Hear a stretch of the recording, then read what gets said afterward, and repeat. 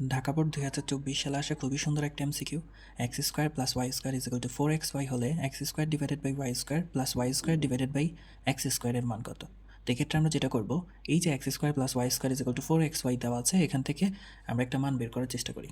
যেমন x square plus y square is equal to 4xy।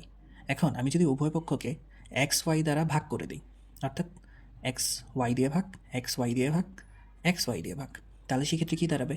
সেই ক্ষেত্রে কাটাকাটি হয়ে গিয়ে দেখা যাবে যে এখানে এক্স স্কোয়ার আছে, অর্থাৎ এক্স আছে দুইটা, নিচে আছে একটা, কাটাকাটি গেলে এক্স বাই ওয়াই থাকবে এখানে, প্লাস ওয়াই বাই এক্স থাকবে এখানে, ইজিক্যাল টু 4। এক্স ওয়াই কাটা।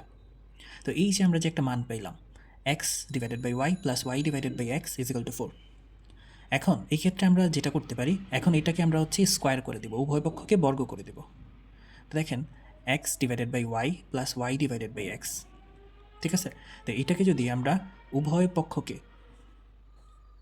বর্গ করে দিই, তাহলে জিনিসটা কী দাঁড়াচ্ছে? তাহলে জিনিসটা দাঁড়াচ্ছে যে এখানে আমরা নর্মাল যে সূত্রটা A plus B whole square সেটা দিব।